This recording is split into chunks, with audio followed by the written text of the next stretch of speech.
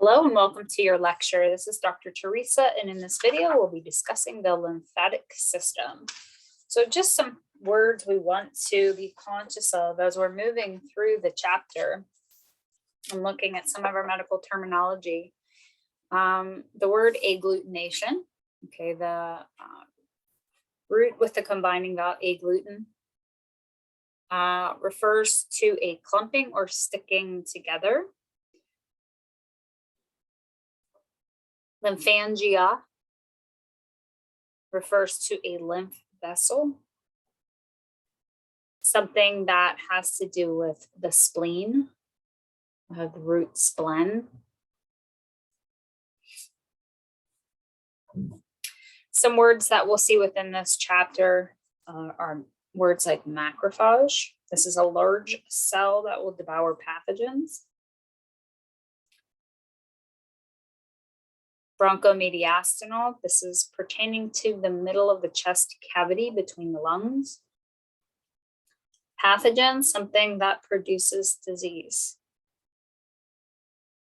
Lymphangiectomy is the excision of a lymph vessel. A melanocyte is a black cell. Splenectomy is the removal of the spleen. A pyrogen is something that produces a fever. I mentioned agglutination. Lymphedema is swelling due to the buildup caused by the disruption of lymphatic drainage. And lymphangioma is a tumor in the lymphatic system.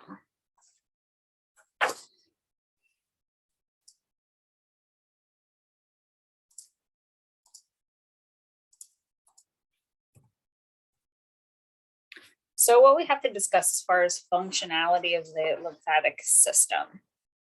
The primary functions of the lymphatic system are to maintain fluid balance and regulation between the tissue and the cardiovascular system. It deals with absorbing fat, and it deals with one of its primary functions being its involvement within the immune system. So as far as the regulation of fluids between tissue and blood, as blood travels through the capillaries of our body, a small amount of the blood will leak out of the capillaries into the surrounding tissue.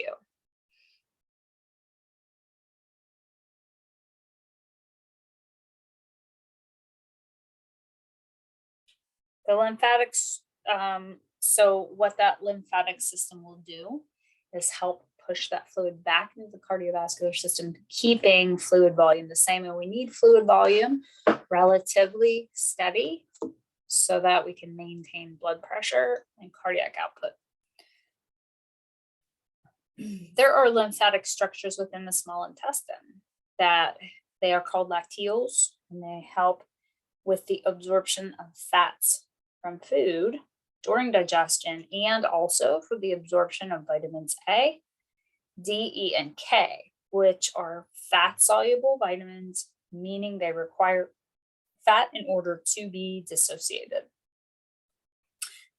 It also plays a very vital role in immunity. As the lymphatic system will reabsorb fluid from the leaking capillaries, it also will help remove bacteria and virally infected cells from the tissue. So then the way that the lymphatic system is organized, we have lymphatic vessels, lymphatic fluid, also known as lymph, and lymphatic organs such as lymph nodes and the spleen. The cells that fight infection will develop, reside, and travel through the organs and the vessels of the lymphatic system. It will resemble the cardiovascular system in that both extend throughout all parts of the body. Both systems also have a network of vessels that will vary in size from microscopic capillaries to very large vessels. However, the lymphatic and cardiovascular systems differ in overall architecture and pressure. The lymphatic system has an open architecture. The lymph enters at one end and exits at the other. The cardiovascular system, on the other hand, has a closed architecture, meaning that blood flows around and around in a closed but slightly leaky loop. The pressure throughout the lymphatic system is much, much lower than the pressure in the arteries. Just a little bit of our medical terminology here. The word lymph comes from the Latin word lympha, which means water. So most of the time, lymph is a clear fluid that resembles water.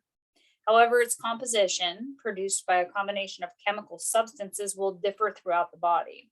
When lymph drains from the small intestine, it will take on a milky appearance due to the presence of lipids or fats that it collects through the presence of the lacteals in the small intestine. So, normal lymph, similar in composition to plasma, but less protein. So it's more like a serum. It's mostly water and dissolved molecules like sodium and chloride. It's transparent or slightly yellow in color and only contains a few cells. When the lymphatic fluid is inside a blood vessel, it's called plasma. When it leaks out, it's called interstitial fluid. And capillaries are permeable to blood plasma and interstitial fluid, meaning that these substances can move in and out of them fairly easily.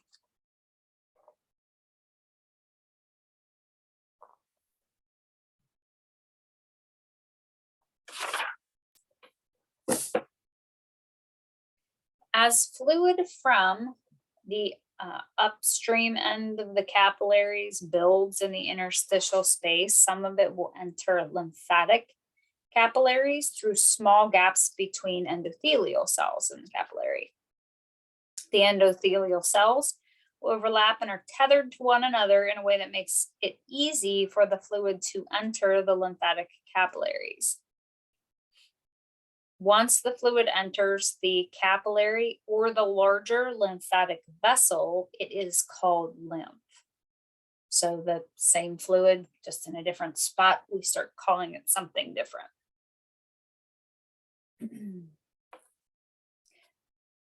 The lymphatic capillaries will join together to form collecting vessels, which in turn will link to form even larger vessels called lymphatic trunks. The lymphatic trunks will drain different parts of the body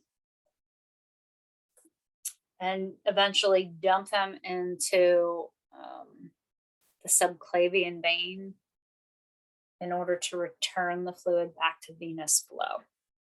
Now, interestingly, the lymphatic system does not have a way to pump the fluid. So it requires the presence of all other pumping mechanisms within our body in order to make it flow. For example, contracting your leg muscles will help pump the lymphatic fluid up your body. So movement is really relevant. Here we put another plug in for physical activity. It keeps the lymphatic system mobile and moving, and then thereby keeps your cardiovascular system with an appropriate amount of blood volume in it.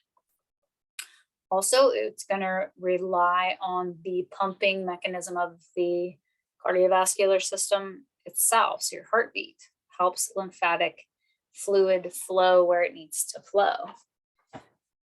Also, your respiratory pump and your thoracic pump, okay, all kind of part and parcel of the same thing, help push and flow and the flow of the lymph.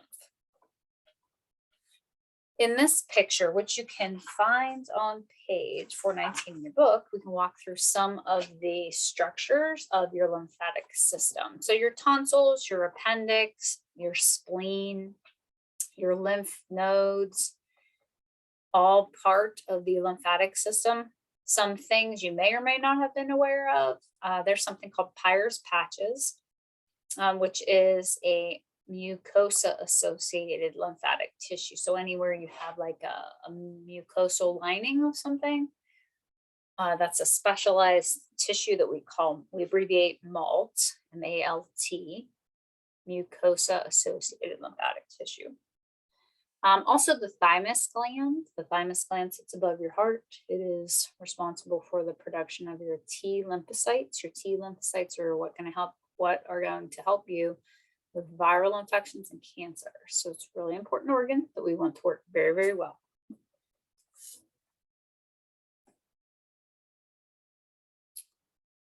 In this picture here is in your book on page 420, the relationship between the lymphatic and cardiovascular systems. Again, you can see, so you have your closed system, sort of your cardiovascular system, except for the leakage portion of it, right? We try to keep everything contained.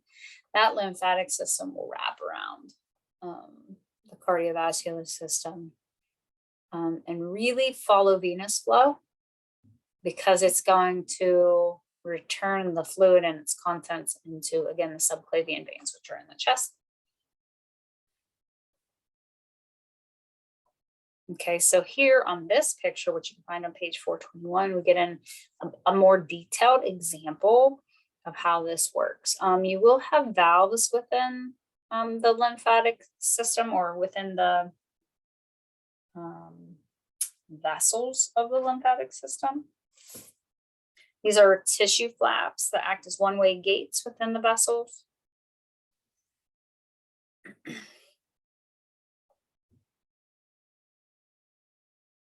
And in this picture, just so you're aware, as we're looking at the capillary beds, which we talked about within the cardiovascular chapter, you have a venous end and then an arterial end, so venules and arterials on either end.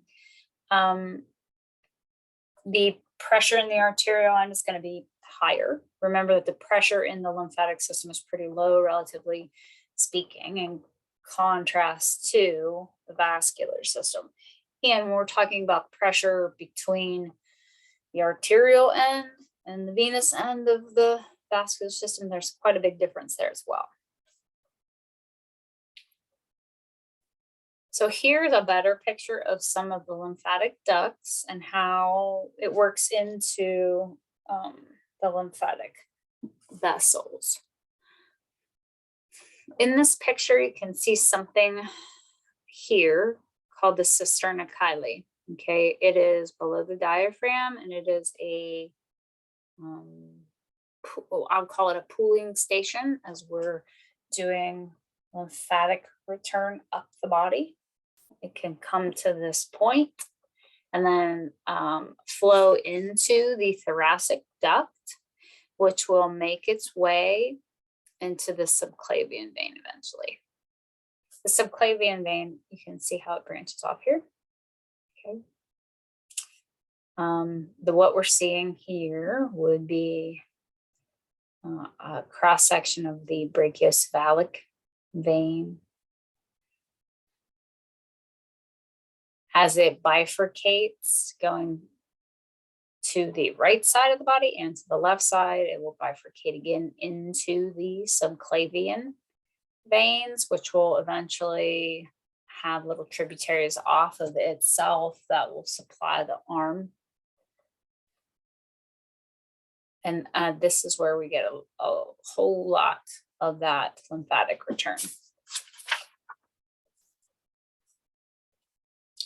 So what we have to understand also is the right side of your body, okay, is drained by the right lymphatic duct,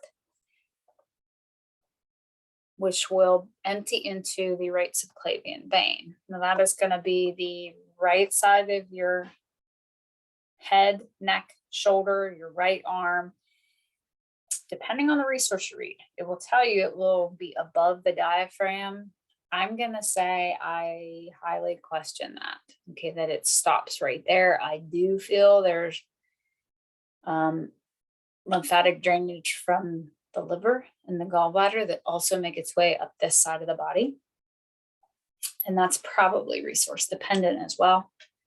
And then your entire left side of your body, as well as everything below that diaphragm, will drain into the thoracic duct. So that's quite a big job.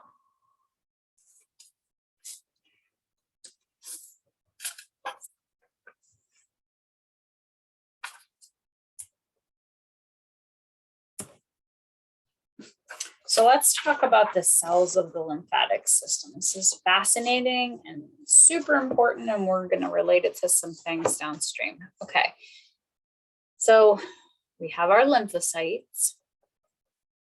These are a type of leukocyte. These are a type of white blood cell that are what we call an agranulocyte. They are T lymphocytes. Those are T cells. Those are the ones responsible for fighting cancer and viruses. They are formed within the red bone marrow, and then they will migrate to different organs and tissues to be maturated and activated. T lymphocytes go to the thymus gland for further development and maturation and programming, and then they get sent off maybe to a lymph node or some other lymphatic tissue within the body. B lymphocytes, B for bone marrow, they're going to hang out primarily in the bone marrow, be sent to other places. They might circulate in plasma. Okay, B lymphocytes are responsible for the production of your antibodies. And then we have a type of lymphocyte called a natural killer cell. Now, interestingly, let me differentiate here. In the lymphocyte category of white blood cells, 3 different types, 2 of them, the T cells and B cells, are responsible for what we truly define as immunity. And they require what we're saying is quote unquote memory, which is a whole other concept in itself, which is fascinating. The natural killer cell, although a lymphocyte, is what we would classify something called non-specific resistance. It doesn't require that memory, and it can be activated without previous exposure. The macrophages, these guys will start out as a monocyte, also an agranulocyte. And these guys are great at phagocytizing foreign cells and substances, but also have the ability to activate the T lymphocytes.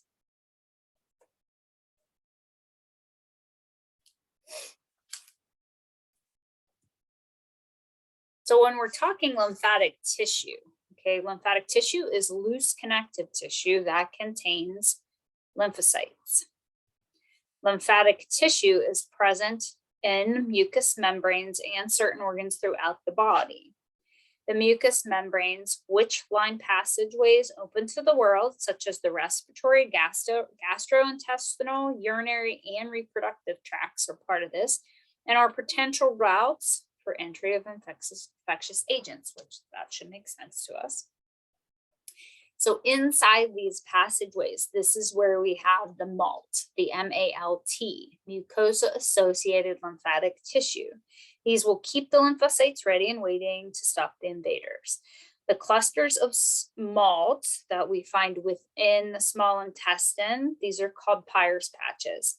MALT also protect the appendix, which is actually at the end of your large intestine, but it's very close to the ileocecal valve, or the junction where the small intestine meets the large.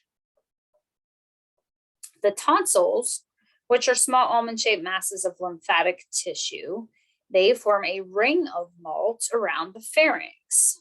So a single pharyngeal tonsil, often called the adenoids, even though it's typically a single small mass of tissue, lies at the back of your nasopharynx, at the back of your nose. That's where your adenoid is. The left and right palatine tonsils, those are things we call the tonsils.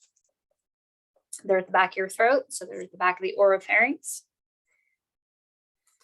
In some parts of the body, the lymphocytes and macrophages will form small localized clusters of dense tissue called lymphatic nodules. These nodules will develop in areas often exposed to foreign microorganisms and help protect the area from invasion.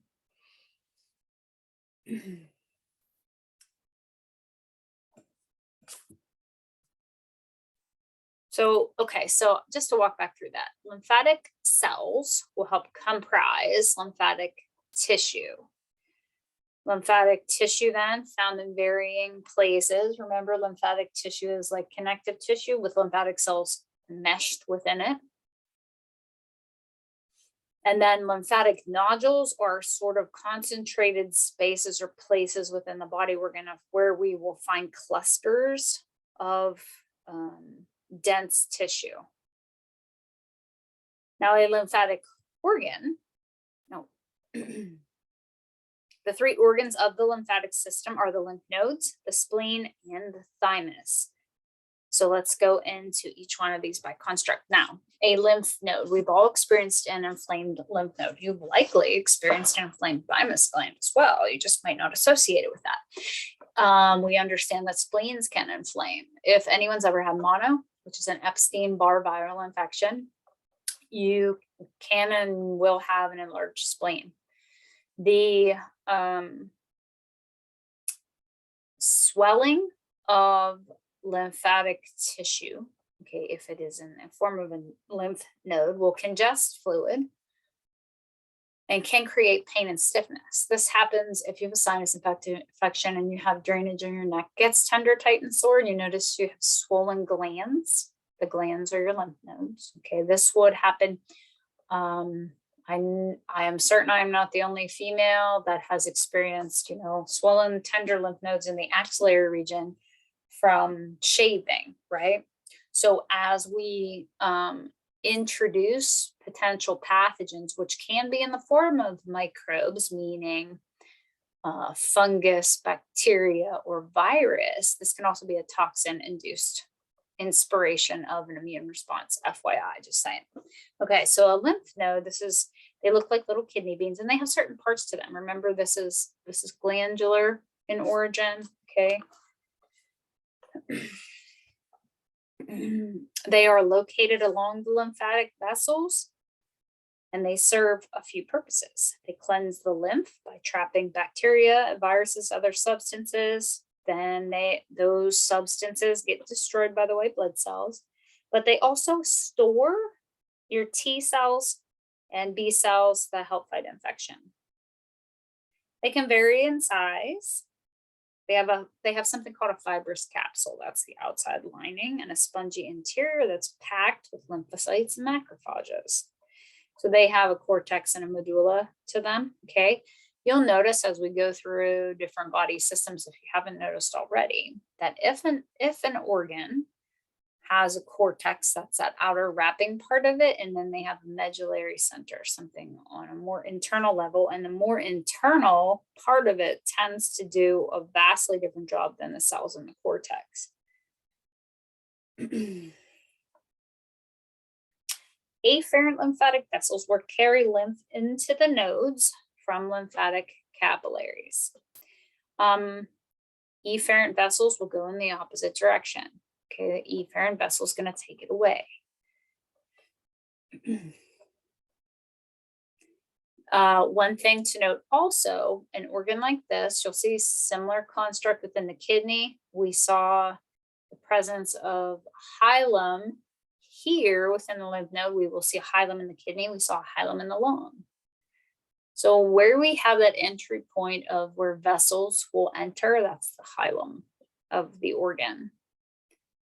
On this picture, we can see evidence of, again, the medulla. We have some different parts here, the medullary cord, the medullary sinus. Anytime we see that word sinus, that's generally a cavity, okay, or a larger opening or a larger pool at a larger area. We have something called trabeculae that's going to help deliver a lobe-like appearance to it. Again, the afferent vessel will bring the fluid in. The efferent's going to take it away. Within the cortex, we'll notice lymphatic follicles. In the center of the follicle, we'll notice something called a germinal center, and then we're going to have a subcapsular sinus, which is going to deliver a little bit of space between the actual cortex and the capsule itself. The cortex will have those lymphatic follicles in it, which contain mostly B cells. When the immune system is actively fighting an infection, the germinal centers of the follicles, which are full of dividing B cells, are prominent. The medulla of the lymph node contains many macrophages as well as B and T cells.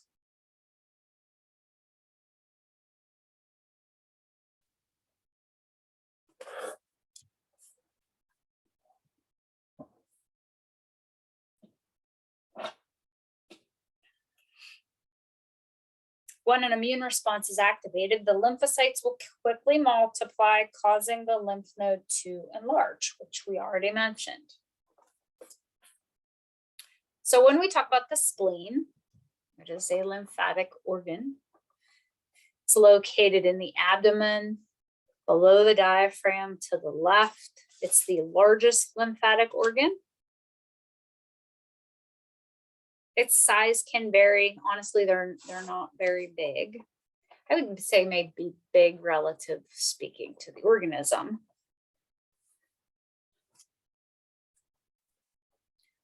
The purpose of the spleen will be to scan, clean, and activate an immune response. The macrophages of it will remove old platelets and pathogens. It's often enlarged during an infection. A traumatic blow to the abdomen can damage the spleen. You can live without a spleen also, by the way. I don't recommend it, but you can do it.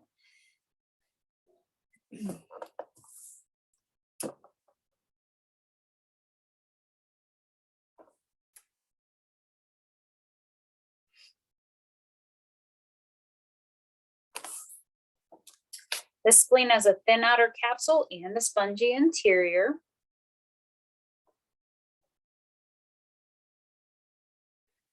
This organ is dark red due to its large blood supply, which enters and leaves via the splenic artery and vein. The functional tissue inside the spleen contains what's called red pulp and white pulp. The white pulp is rich in lymphocytes. When the spleen detects an infection, an immune response is activated and the lymphocytes will multiply. The red pulp has macrophages to destroy old, worn out red blood cells. This is often known as the graveyard for RBCs.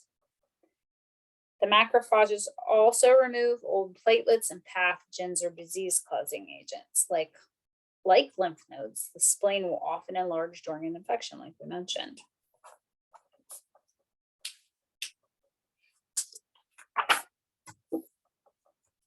Okay, thymus.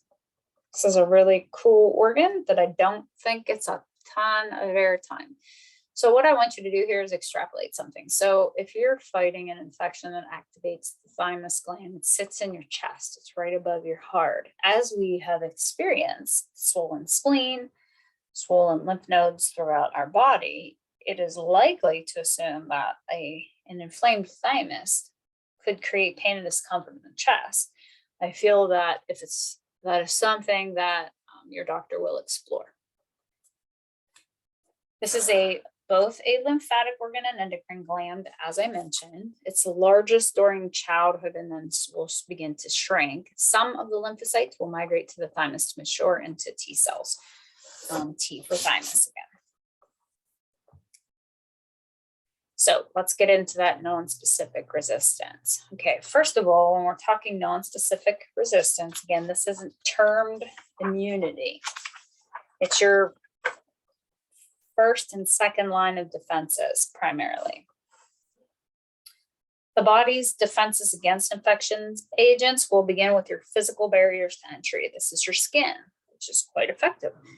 Your skin, as we have determined, has the outermost layer, the epidermis, stratified squamous. This is the epithelial cells of the skin that are flattened and arranged in layers. The protein keratin is the major constituent of hair and nails that fills the flattened keratinocytes in the top layer of the epidermis.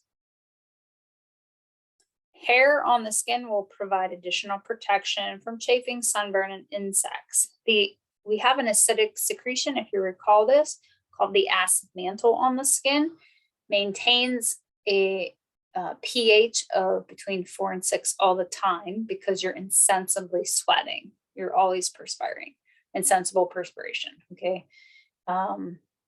It's just not excess. It's just enough. It's just enough to maintain this. So these are some of your first line defenders.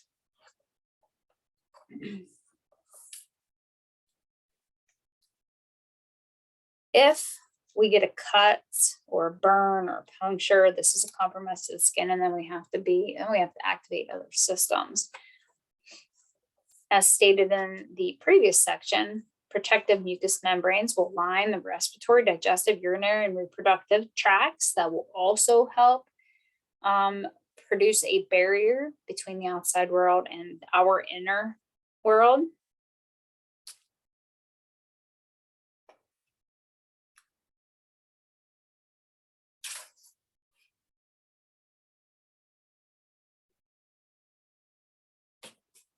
When pathogens do penetrate the physical barriers, they face an array of cellular and chemical defenses. And the chemical defenses are seriously like the military, going crazy in your body.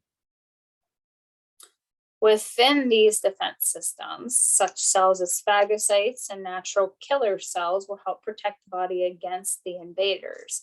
In addition, interferons and antimicrobial proteins in the form of complement proteins will act as chemical defenders against the pathogen. These are quite intricate systems, FYI.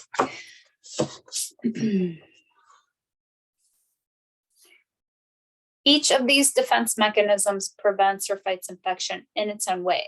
These mechanisms also interact to produce an inflammatory response. So I want you to understand that, okay? Inflammation is a product of something happening within the defense systems of your body. So anytime you're inflamed, your body is in a process of repair. If we just inherently shut that down with allowing proper procedures and healing techniques to transpire, we're not delivering the body its full capacity and opportunity to do its own healing. So phagocytosis, this is the process by which the cells will engulf and destroy foreign matter and cellular debris, and it is called phagocytosis. It begins when a phagocyte recognizes its target and binds to it. A phagocyte is any cell that has the ability to carry out phagocytosis.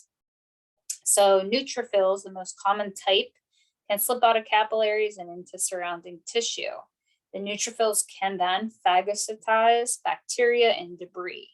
Some monocytes also can develop into a macrophage when they leave the bloodstream. From there, the macrophages enter the tissue to phagocytize debris and things that don't belong there.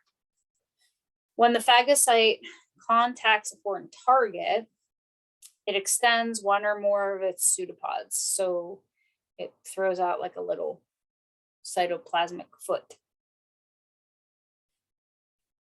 Then it will produce a vesicle around whatever it's engulfed and then go through a digestion process with enzymes. A lysosome is an organelle that will contain acid and enzymes that will fuse with the phagocytic vesicle, and then the lysosomal enzymes and acids will destroy the target.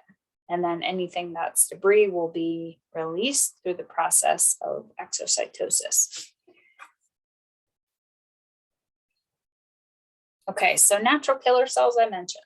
This is a type of lymphocyte, which is a leukocyte, that is produced for non-specific resistance, which is what we're going through here. So they will recognize and destroy abnormal body cells if like a virally infected cell, okay? Virally infected cell kind of goes through like a kamikaze thing, okay? It sends off signals and gets taken up by natural killer cells, which also then this whole cascade of events happen that warns other cells in the area too. When we get to the complement system, okay, This is kind of neat too. We're still in non-specific resistance, but it's pretty specific. This is a set of proteins that are constantly circulating in your plasma and ready to get activated. Within the complement system of proteins, you have three pathways that they can take. They can take what's called the classical pathway, the lectin pathway, or the alternative pathway. Within the classical pathway, this begins when complements your protein C1, and I will be reading off C1, C2. These are just numbers for the protein name, how it's recognized. This C1 protein will recognize an antibody that's bound to a target, such as a bacterium. Antibodies are proteins of specific immune defense. So let's make this clear. Even though we're talking through non-specific resistance, the classical pathway has an impact on true immunity or the involvement of B and T cells, because B cells are responsible for the production of antibodies. The activated C1 protein will split the C4 molecule and the C2 molecule. Parts of the split C4 and C2 will combine to form a protein that splits into inactive complement proteins. The complement proteins are numbered in a way that they were discovered, by the way. Now, this complement system can also go through what's called the lectin pathway. The lectin pathway will begin when circulating proteins or lectins bind to a sugar molecule that is present on the surface of a bacteria. It causes the activation of other proteins, which leads to the splitting of other complement proteins. The alternative pathway begins then when the C3 or complement 3 will bind directly to certain bacteria. It will then become active and convert other C3 molecules into different C3 molecules. All three pathways will lead to the production of C3A and C3B within this complement system.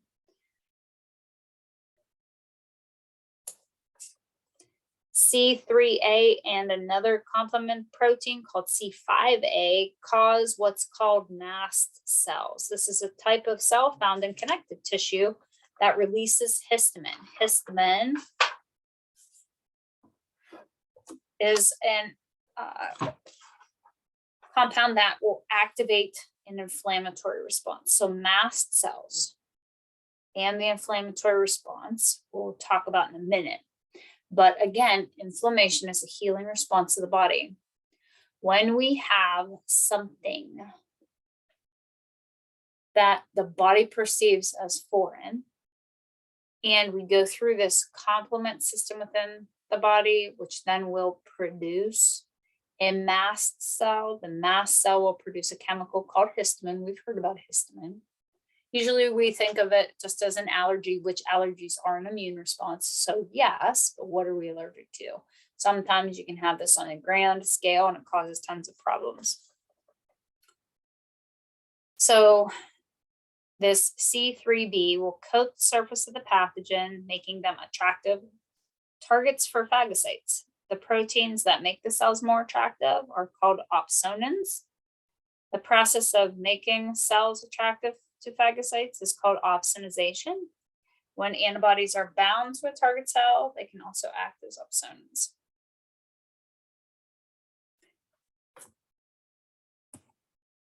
Okay, let's talk about interferons.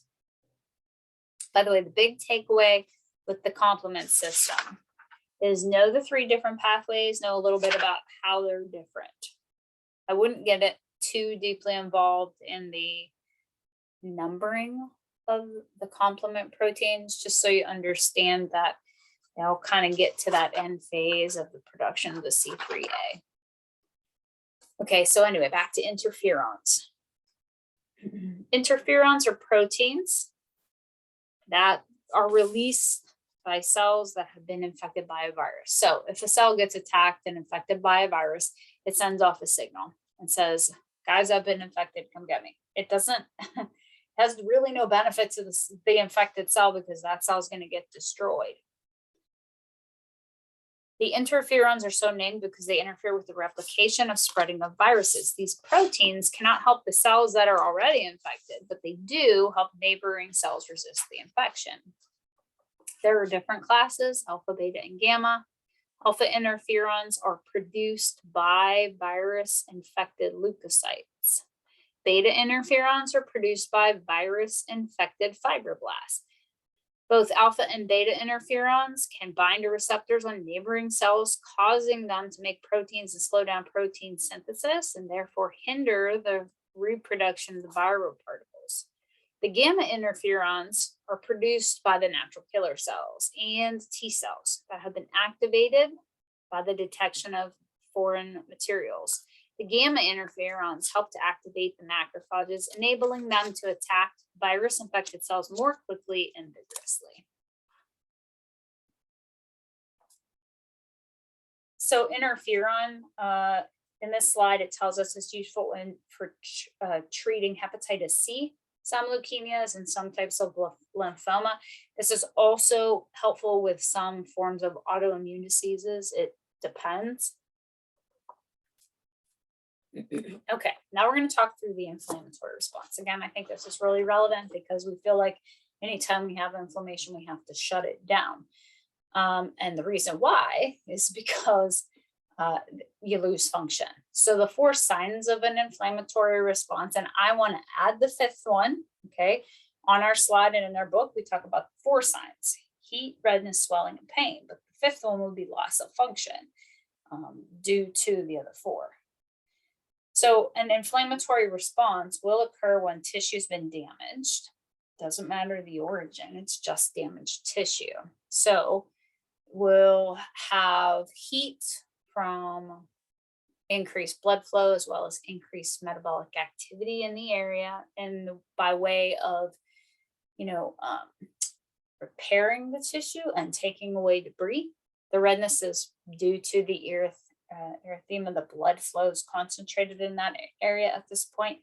The swelling is due to the increased blood flow, probably not matched by the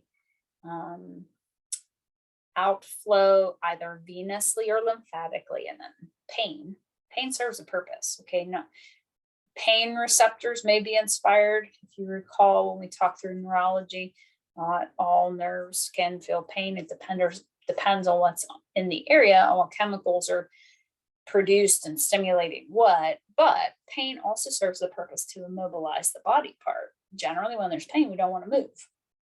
So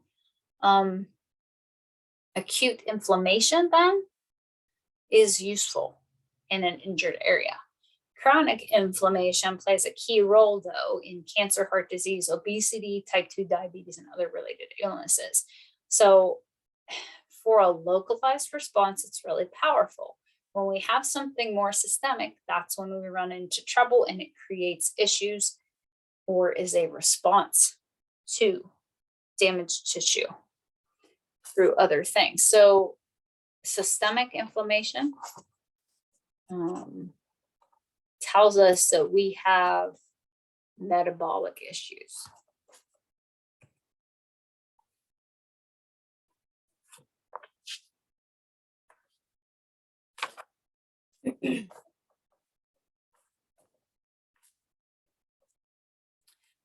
Now, when we talk about fever, okay, fever is a natural response by the body as well. It is your body's way of attempting to regulate pathogenic invasion. It will speed up the disease fighting processes. It helps the activation of your immune response. Neurons in the hypothalamus will regulate the body temperature. Okay, and we have a set point, right? We like our body temperature at a certain place or around a certain point within which metabolic processes can take place. If it's warmer, we activate sweat glands and direct blood flow to the skin. If it's cooler, it will reduce blood flow to the skin and the extremities. When we have an infection, we have something called a pyrogen that gets released. These chemicals will increase the set point temperature of the hypothalamic neurons. Those neurons then cause the reflex adjustment around the different body temperature. For every 1 degree Celsius increase in temperature, there's a 10% increase in the rate of biochemical reactions in the cell. This can be helpful and harmful. The faster the reaction rate, this will speed up the body's disease fighting processes, but also the higher the temperature allows the bacteria and viruses to produce more. A severe fever is dangerous because it can cause proteins to denature or partially unfold and can cause fevers and heart issues. So the fever, it's natural, it will cycle. Its purpose is to help your body with the inspiration of disease fighting. We can activate that immune system different and better. So to just pull it down while it's trying to fight something may not be our best option. To monitor it closely is better. When you get a fever of about 104, that's when you really want to start attempting to pull it down if you can, just so that you don't start doing damage to the cells of your body with that extreme temperature that can happen. At 113 degrees, death is absolutely possible and likely, so we don't want to climb that high.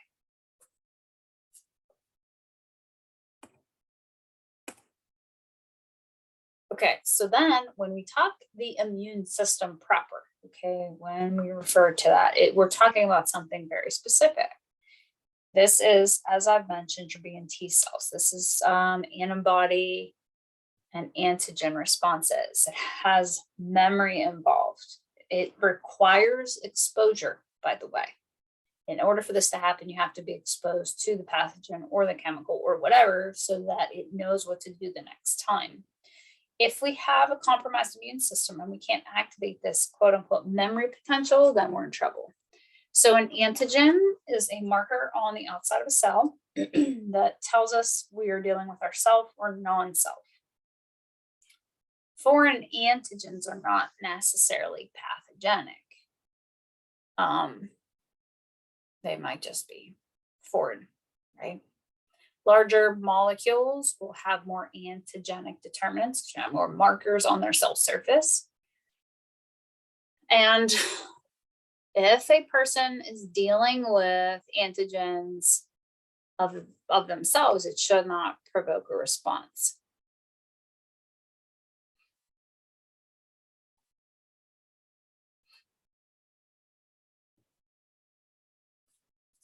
So the lymphocytes, all lymphocytes will go through their own screening process. Remember, lymphocytes are a category of leukocyte or white blood cell. These are your B's and your T's and your natural killer cells. However, natural killer cells are more involved in non-specific resistance, second line of defense, okay? The lymphocytes are your B and T cells, immunity specifically refers to your B and T cell activity dealing with these lymphocytes, so they are a type of lymphocyte. So the lymphocytes will undergo apoptosis if they're responding to self-antigens as foreign matter. Apoptosis is a programmed process of self-destruction. A mature lymphocyte, these do not attack the body's own tissue. If there's a failure in this process or development or recognition, we call it an autoimmune disease, but that could be for many reasons. Okay, the origin of it, although we would see a self-attack on tissues of the self, I would go further and say what is creating the lack of maturity of the lymphocyte? Like what is making them, what's the inspiration for that process to go wrong? Each receptor in a given lymphocyte membrane recognizes one antigen. Lymphocytes can remain inactive if they do not encounter antigens. Clonal selection occurs if they encounter antigens. And some clones do become memory cells. That's how we say they have memory, okay? So if they get activated by the presence of something we haven't seen before, okay, then they produce them, and they'll attack the virus, and then an antibody is produced to hold the memory, and then it kind of floats around and hangs around in the system. Again, antibodies, we find them in the plasma. So after it goes through the initial attack and the clones are produced, then that's how we get the memory. So when we're talking about these types of cells and how they work, there are something we have to mention called MHC proteins.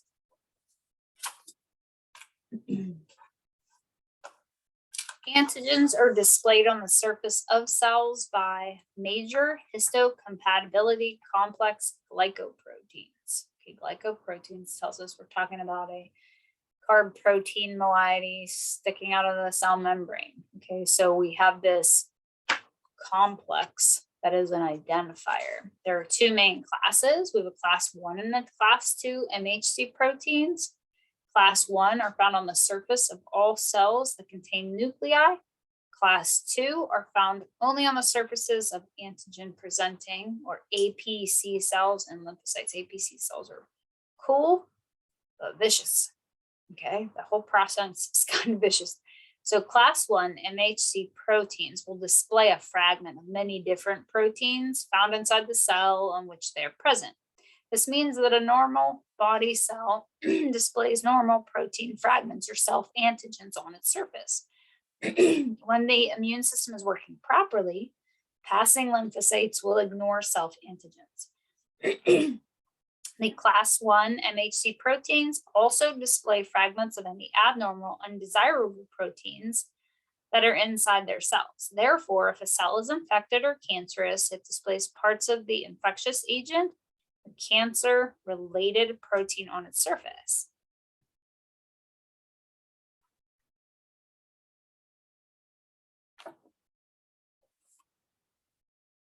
Then it will display the fragments of its digested foreign particle on class 2 MHC proteins on its surface. So what happens in an antigen presenting cell then? This is kind of interesting. So it will attach to something and then like go display it, take it before the judge. It's an antigen presenting cell, and then one of the T cells will determine what to do with it, and then they will either say it's good or it's not. And you have a whole team of T cells doing this, by the way. So then when we talk about antibody-mediated immunity, or what's called humoral immunity, this is effective against extracellular pathogens. It will begin when B cells encounter antigens that will bind to its antigen receptors. Interleukin, this is a substance released when helper T cells will detect the presentation of an antigen by a B cell. It will fully activate the B cell by binding to it. So again, antibody-mediated immunity, called humoral immunity, is effective against extracellular pathogens or those located outside of cells. It begins when the B cell encounters the antigen that binds to its antigen receptors. It will undergo clonal selection, and the B cell will divide repeatedly, making clones.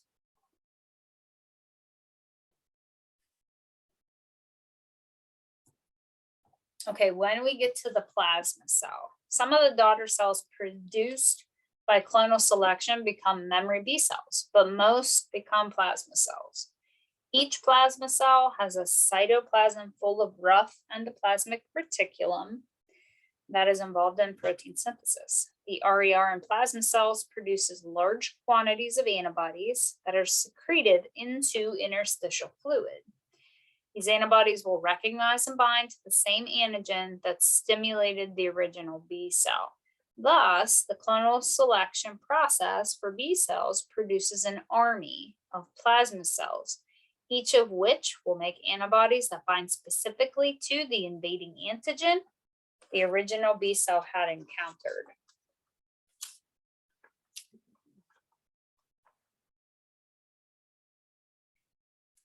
When we talk about antibodies, so antibodies generally take this shape. These are proteins that recognize particular antigens with specificity. These are also called immunoglobulins. So an antibody is a Y-shaped protein made up of 4 polypeptide chains, like we see here. The antigen binding sites are at the tips of the Y have amino acid sequences that will vary among the antibody. The variation will allow different antibodies to bind to different antigens. Okay, let's just review the language here. Antigens are on the cell surface. Antibodies are produced in response to some type of activation to a foreign antibody. Okay, we can't have antibodies against ourselves. So the ones we don't have antibodies to fight ourselves, they will always try to fight something they perceive to be foreign or something that fits. You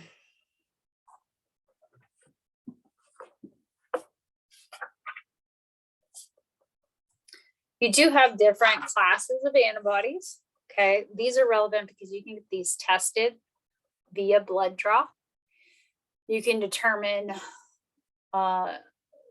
what you've come in contact with, what you're immune to, if a vaccine worked, if you had a vaccine failure or not, if you have an allergy. So an IgG, this is immunoglobulin G or antibody G.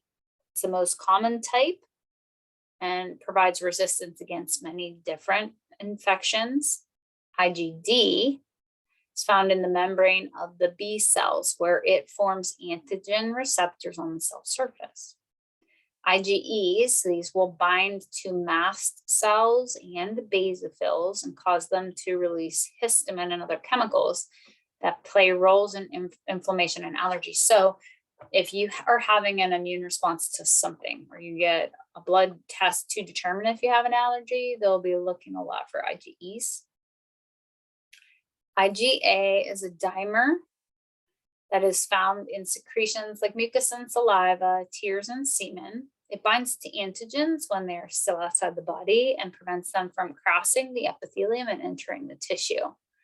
IgM, this is a pentameter, is the first class of antibodies secreted by activated B cells. It activates the complement system because it has 10 binding sites. It's good at causing agglutination or clumping up of antigens. IgMs and IgGs can be relevant to see if you,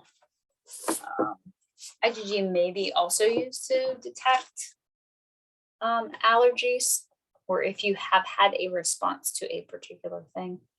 IgM usually used to determine if you have had a past infection or exposure to something, and that can be natural or artificial.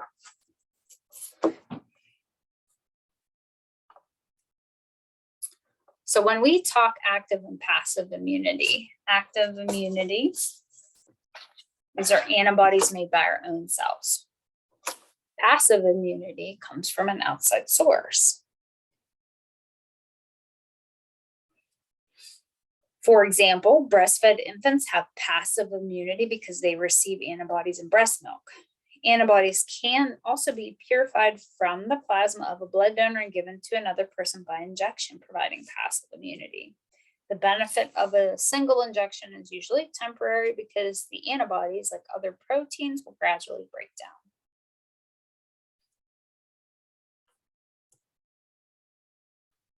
Okay, so primary and secondary immune responses, and this is what we know. Okay, so during an initial exposure, the reason you may know you're sick the first time but not the second time is the war waged here. The primary immune response occurs when the body is first exposed to the invader. Again, secondary response occurs when the virus comes again. The difference in intensity between primary and secondary, again, is shown in the graph. And this is one of the premises of vaccination, but also natural immunity can do the same thing. If you're not aware, they did do studies during COVID, but I think we already knew this. Okay, so it's really not new that natural immunity is 6 times better, at least in the case of COVID, than is the artificial immunity of vaccination. One thing you have to understand with vaccination as well is that there are primary and secondary vaccine failures. That's just part of the system. Okay? It's just part of the process. Vaccines do great things, but they don't work for everybody. That would be a vaccine failure. Some of them wear off. That would be a vaccine failure. That's the term that is used in artificial immunity. Also, the fact that they do wear off, that's why we need boosters for some of them.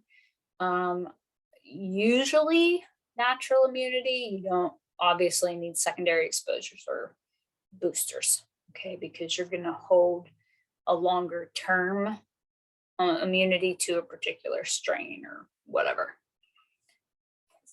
I think that's it. I don't have to say about that.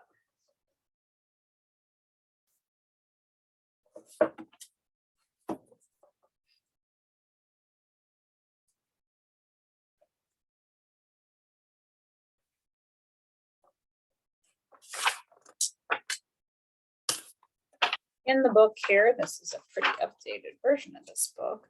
You can read through if you're interested in their information on the research for COVID-19 testing as well as vaccinations.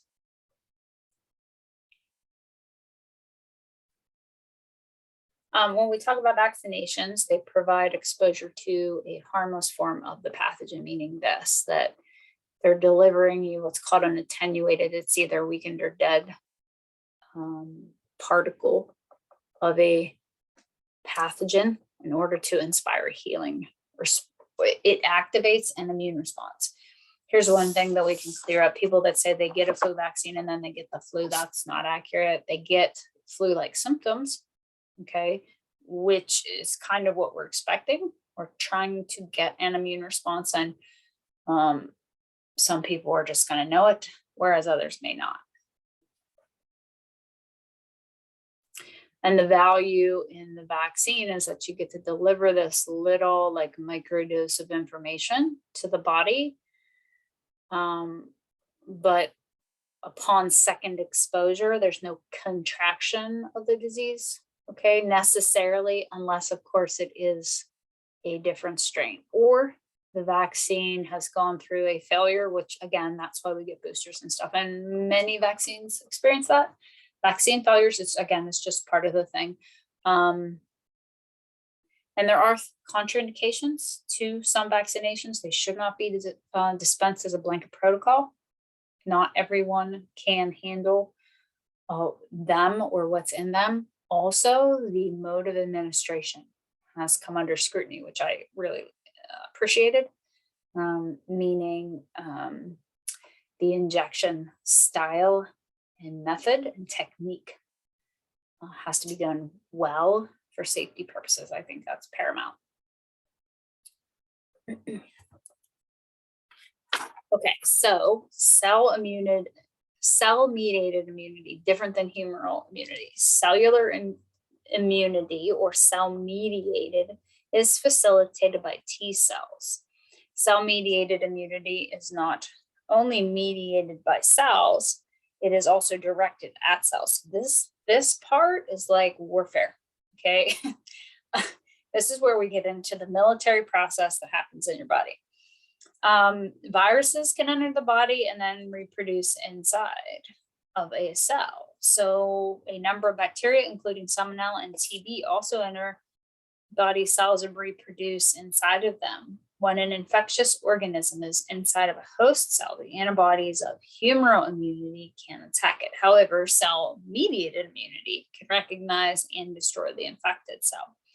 So in that humoral immunity, okay, where we're trying to get the B cells activated, the antibody production, again, that's the whole talk about, natural versus artificial immunity, be it natural exposure or vaccination, either way. Exposure is required for it to work in some way, shape, or form. Within this category of cell-mediated thing, we don't necessarily have the antigen antibody complexes the same way.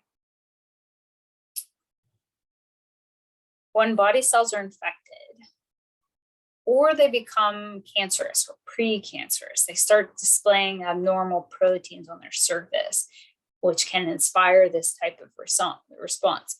So cells of transplanted tissue also display foreign antigens. If the tissue from the donor is not well matched, it will provoke a response like this, which is the relevancy in understanding the depth of this, because if we're going to do transplants, we've got to understand the downstream effect of what that person's body is going to be up to. So T cells play a key role in cellular immunity. Different types of T cells have different roles and different molecules on their cell membranes. The two most common types of T cells are those with what's called a CD4 glycoprotein. Okay, you don't have to remember these names, but I'm going to say them anyway. These types will bind to class 2 MHC proteins, and then we have the CD8 glycoproteins, which will bind to the class 1 glycoproteins. The cellular immune response begins when the APC or antigen presenting cells, such as a macrophage or a dendritic cell, will engulf an antigen and display fragments of it on its surface with a class 2 MHC protein.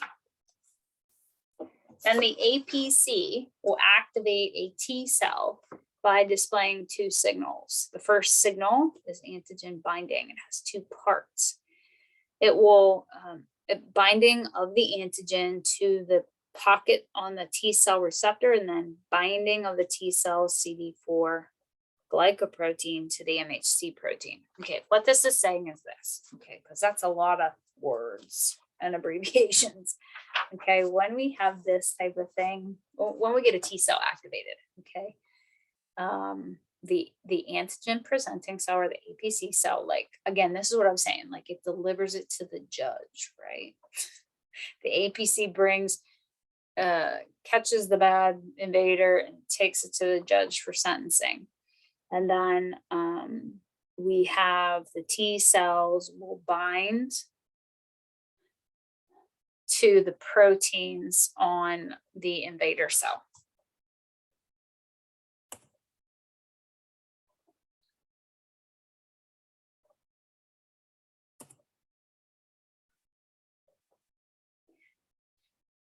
So we'll have antigen binding, and co-stimulation will cause the cell to divide and become a helper T or a memory helper T, or less commonly, something called regulatory T. This selection process, like the specific selection of B cells, is called clonal selection because the daughter cells are exact genetic copies or clones of the original activated lymphocyte. This means that their T cell receptors will specifically recognize the same antigen as the original cell.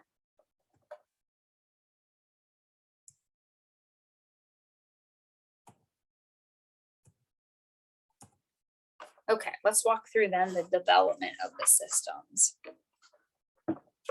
Okay, so in prenatal development, the lymph nodes and lymphatic vessels will develop from the mesoderm, or the middle layer of the early embryo. Centrifugal versus centripetal hypothesis. So we're not sure. Okay, so we're looking at different ways to think about this. It's believed that the lymphatic vessels will develop by budding off of the central blood veins and grow outward toward the periphery. This is centrifugal. The other view is that the lymphatic vessels first arise in the periphery and then grow inward towards the large veins. This one is known as the centripetal hypothesis. More recent studies with newer techniques will indicate that both about the development are true. So in week 5, what we're going to see is a primitive lymph sac form in the spleen. Then by the time we get to week 6, we're going to notice development of the thymus. During fetal life, the maternal antibodies will cross the placenta from the mother's blood into the baby's blood. These antibodies will provide passive immunity for the baby in the fetal early postnatal portions of its life. In postnatal development, then, we have a very immature infant immune system at this point. The newborn B and T cell responses are not active, okay, or barely active. The IgG antibodies of breast milk will provide passive immunity for the baby. So there's relevancy and support for breastfeeding, okay. The hygiene hypothesis. This is the hypothesis that the exposure to a variety of immune stimuli is important for good immune system later in life.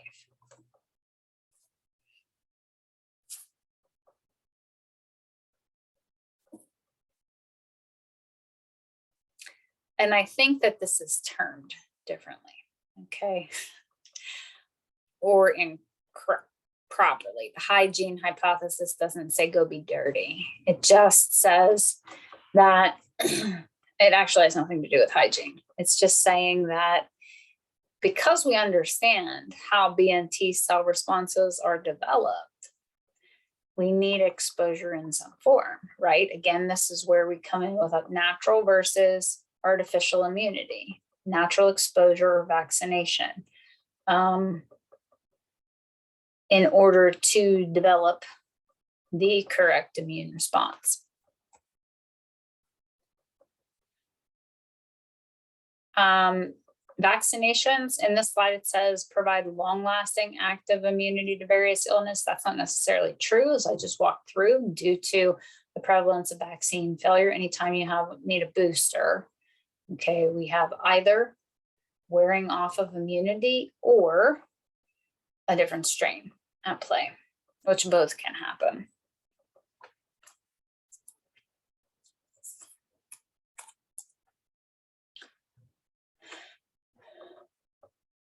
So some age-related immune changes that we will notice, we will have a decline in immune system function. This increased incidence or the decline will increase the presence of infection, cancer, autoimmune diseases, and we have a less vigorous response then to vaccinations. Also, it's not going to matter what form you get it in, okay?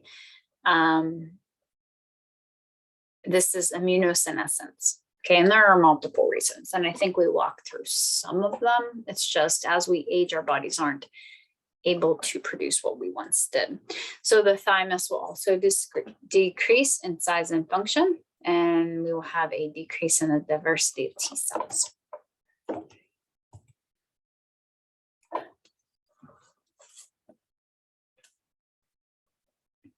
When we talk about cancer and lymph nodes, this is pretty relevant, okay?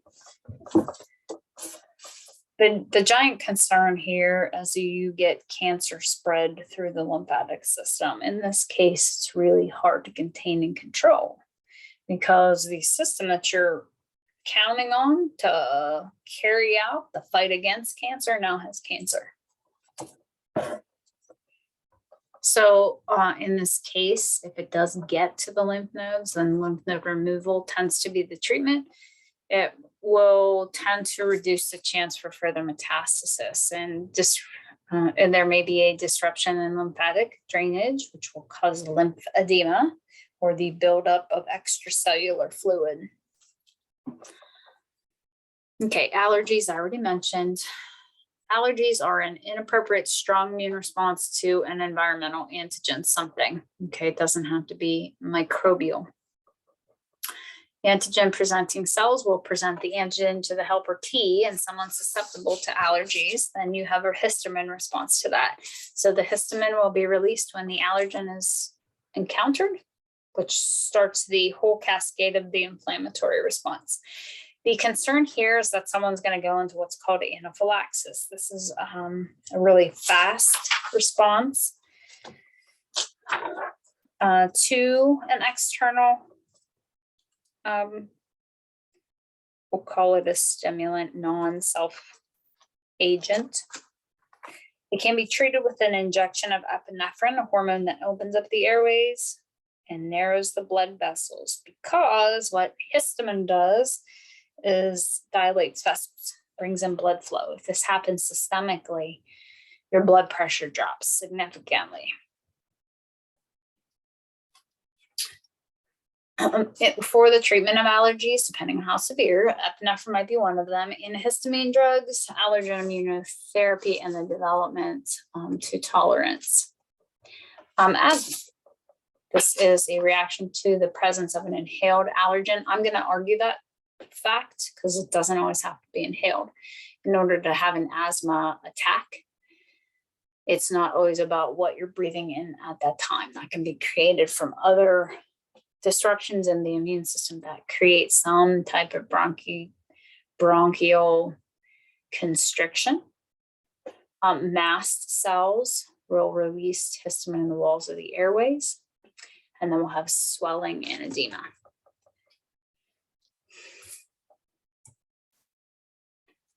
Organ rejection, we mentioned briefly. Okay, when we have a transplant, this is why they screen them for matches. The donor with MHC proteins similar to those of the recipient must be a perfect, as close as they can get it, right? Perfect match will happen in identical twins only. And we just hope for a good enough match where immune suppression, which is the next step after organ transplant, does its thing.